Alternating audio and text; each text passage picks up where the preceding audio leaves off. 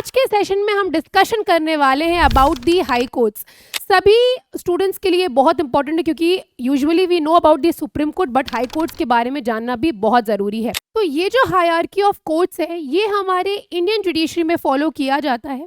Parliament provide कर सकता है एक से अधिक हाई कोर्ट्स के बारे में, ये भी कॉन्स्टिट्यूशन में दिया गया है। Hello everybody, welcome to PW CLAT. मैं हूं आपकी लॉ मेंटर इसरा खान और आप सभी लोगों का स्वागत करती हूं इस अमेजिंग प्लेटफॉर्म पे। आज के सेशन में हम डिस्कशन करने वाले हैं अबाउट दी हाई कोर्ट्स। सभी हाई कोर्ट्स जो कि भारत में स्थित हैं उनकी क्या इंपॉर्टेंस है, उनका क्या जुरिस्डिक्शन है, क्या क्या पावर्स होल्ड करते हैं, इसके बारे में हम जानेंगे। सभी स्टूडेंट्स के लिए बहुत इंपॉर्टेंट है क्योंकि usually we know about the supreme court but high courts के बारे में जानना भी बहुत ज़रूरी है। तो we will be starting off. सबसे पहले हम लोग बात करेंगे जो सिस्टम हमारी जुडिशरी का दिया गया है in the constitution of India. We follow the system of integrated judicial system. यहाँ पे होता क्या है, सुप्रीम कोर्ट आपको दिखता है at the top most level. जब भी हम फेडरल सिस्टम की बात करते हैं तो यूजुअली हम देखते हैं कि सेंटर और स्टेट में there is a division of powers, division jurisdiction के मैटर्स में, डिसीजंस के मैटर्स में। बट जब भी हम जुडिशरी की बात करते हैं तो यहाँ पे एक हायरार्की ऑफ कोर्ट्स होता है। तो ये जो हायरार्की ऑफ कोर्ट्स है ये हमारे इंडियन जुडिशरी में फॉलो किया जाता है।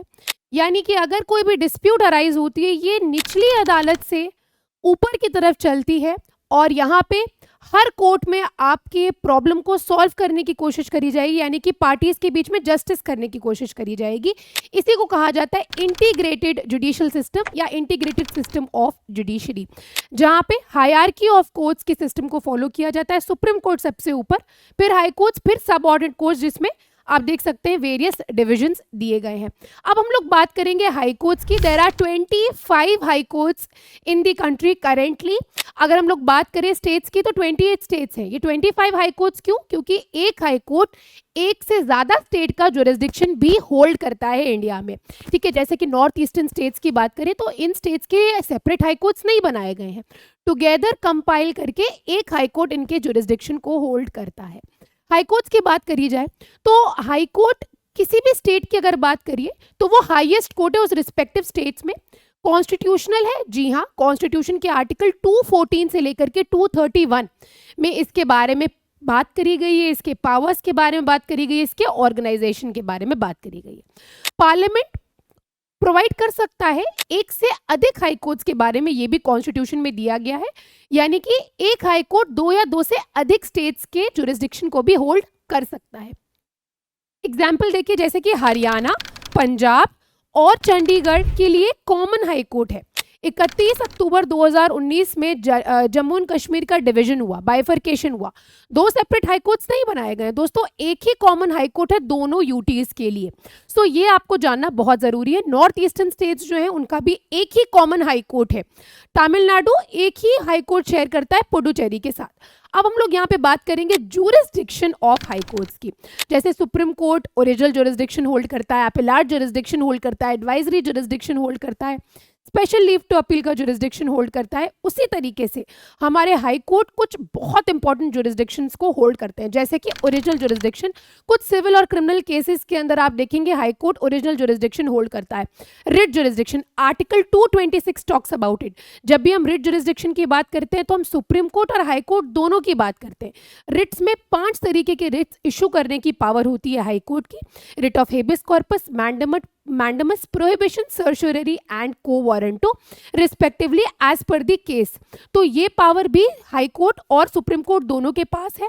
अपीलेट जुरिस्डिक्शन, यानी कि निचली अदालत से जब मामला अपील में ऊपर की अदालत आता है, हाई कोर्ट में आता है, और हाई कोर्ट जब उस मामले की सुनवाई करता है, उसको ट्राई करता है, उसको हम लोग क्या कहते हैं?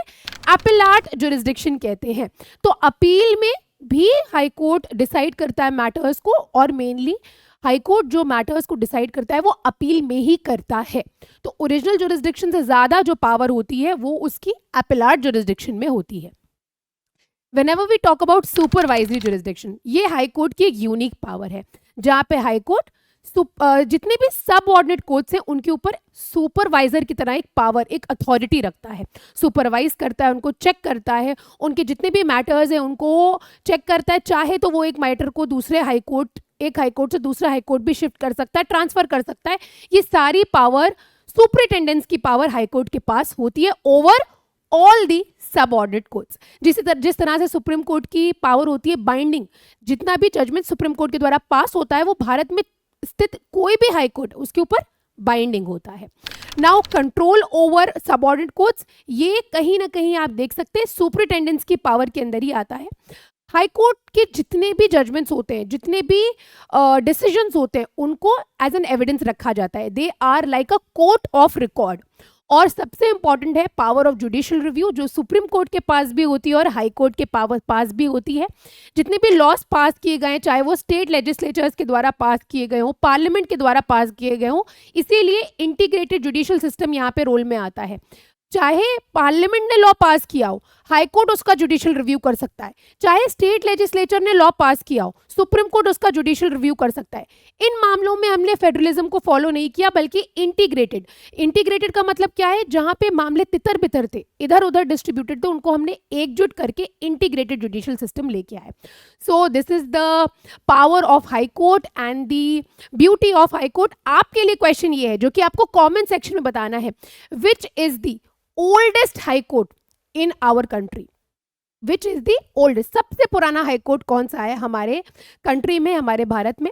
और इसी के साथ आज के वीडियो को एंड करेंगे, बट मिलेंगे किसी और वीडियो के साथ एक इंटरेस्टिंग टॉपिक के साथ। तब तक के लिए पढ़ाई करते रहिए, रिविजन करते रहिए, प्रैक्टिस करते रहिए। Take care and good bye from my side.